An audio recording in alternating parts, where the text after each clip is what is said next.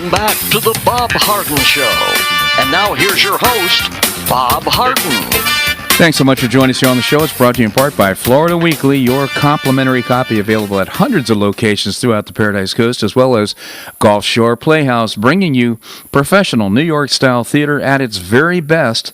Visit the website, gulfshoreplayhouse.org. Coming up, we're going to visit with Larry Bell, professor at the University of Houston and author of Scared Witless, The Prophets and Prophets of Climate Doom. Right now we have with us Dr. Zuhdi Jasser. He's a medical doctor, but he's also the founder and president of the American Islamic Forum for Democracy. He's also the author of a terrific book. I encourage you to read it. It's called A Battle for the Soul of Islam. Dr. Jasser, thank you so much for joining us. It's great to be with you, Bob. Thanks for having me back. Always a pleasure, Doctor. And the American Islamic Forum for Democracy, what's it all about?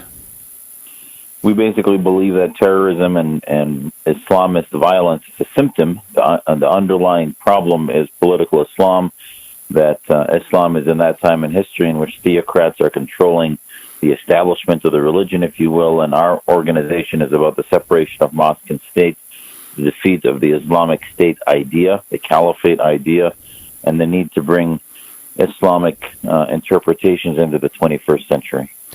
Terrific, and a big, big task indeed. Now, it seems that the president may have taken a step forward when he met with 50-some leaders of the Islamic or major, I should say, Muslim countries around the world, and got some sort of a commitment to fight terrorism and the ideology of Islamic terrorism.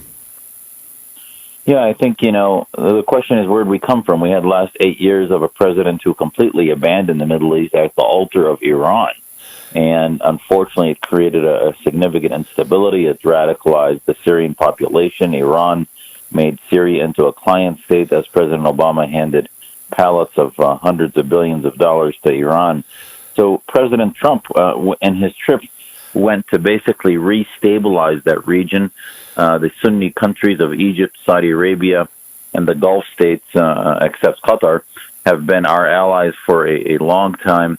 And but yet they felt abandoned. They basically started to shore up a more aggressive posture against Iran. And President Trump reminded them that we've been their allies since World War II. They will stay that way, and that they need to help us in the war against ISIS. Now, having said that, and he did help the Saudis launch a counter-terrorism center in Jeddah. And to me, that was interesting since most of the ideology for ISIS comes out of Saudi Arabia, comes out of the Muslim Brotherhood of Egypt. So, this really should remind people that as much as they're with us in the symptom and the byproduct of their ideology, it's sort of like trying to get the Colombians to help us with the violence and the war against drugs. I mean, it's just they are the primary source of the problem. And if we're going to win this war, it's not going to happen in Jeddah. It's going to happen in America and Europe, where we begin to really work with Muslims that are anti-Islamist, anti-Wahhabi, and these major countries, the establishment of Islam, if you will, are never going to fight their own ideology. So interesting. Was it also, I said to myself that this is a kind of a major step forward when that terrorist attack at the concert in England, where some imams stood up and said, look, we're basically not going to pray for the souls of these terrorists and for what they've done. I believe I've got the incident correct. And I saw that as maybe a step forward. Yeah, I think, we're all looking for those little glimmers of moderation, and that might be one. But remember, again, it is like the parents of the suicide bomber that decide to apologize, and despite years of radicalizing their youth, they don't take ownership of it. That act might be an act of moderation. They did it with the suicide bombers in Mumbai, that they could not find a place to bury them, and there have been other examples of that. But these imams need to be held accountable for the fact that act does not absolve them of the sermons that many of those same imams have been giving against the West. When a Flint, Michigan ISIS man last week decides before he stabs a police officer to say, I'm doing this because you're killing Muslims in Syria, you're killing Muslims in Iraq and Afghanistan. Make no mistake, he's learning that from imams in our mosques and across the West are telling Muslims that the West is against them, that this land of freedom is not free, that it is anti-Muslim and part of conspiracies of the Jews and others to kill Muslims. So these conspiracy theories and ideas are fomented by these imams who, after every attack, pretend to be with us when, in fact, they are one of the primary problems. Thanks for clarifying. Again, Dr. Zuhdi Jasser. Dr. Jasser, now the Supreme Court has upheld parts, I guess the major parts, of the pause that we have, that President Trump has requested in his executive order from some majority Muslim countries. I wanted to get your thoughts on that. Well, what do you think, Bob? I mean, who would have thunk that the president has the right to establish which countries from which regions, not religions, which regions we can bar people from coming from until we figure out what is going on and how to vet against Islamists. And the Supreme Court finally, rational heads prevail. The politicization of the lower courts, I think, is now purely obvious. And fortunately, we had a 9-0 decision to tell the president that, especially they upheld a concept that the president has a right to really address more vigorously how we vet these individuals.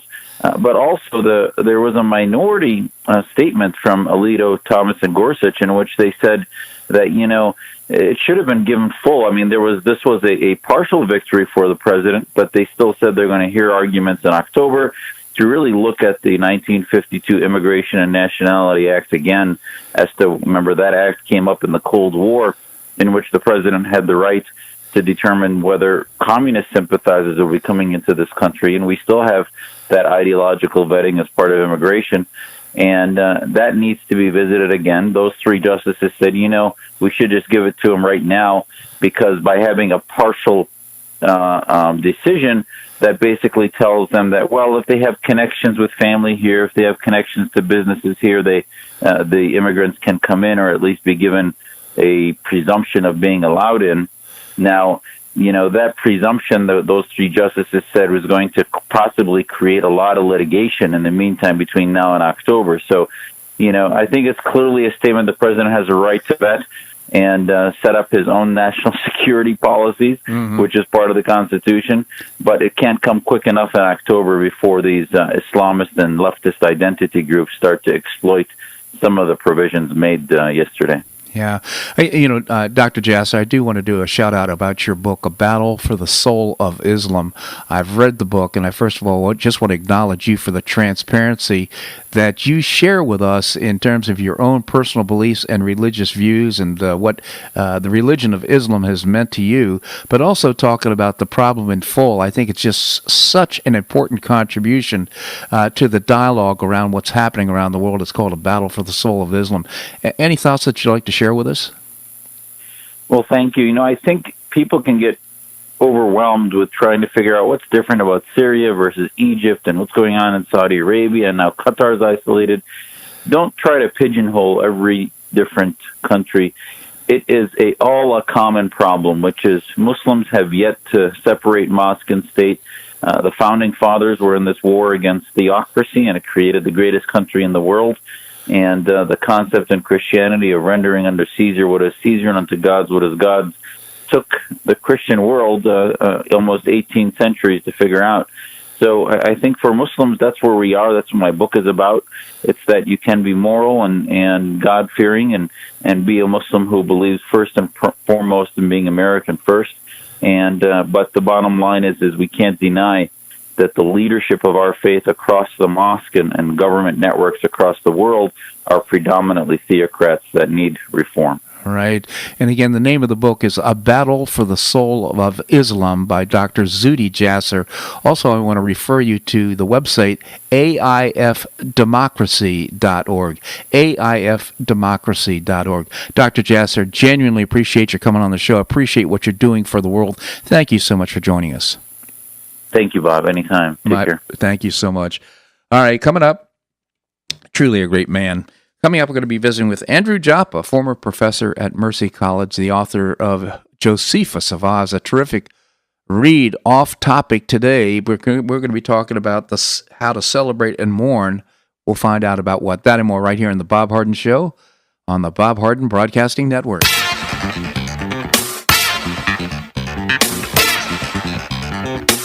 Stay tuned for more of the Bob Harden Show here on the Bob Harden Broadcasting Network.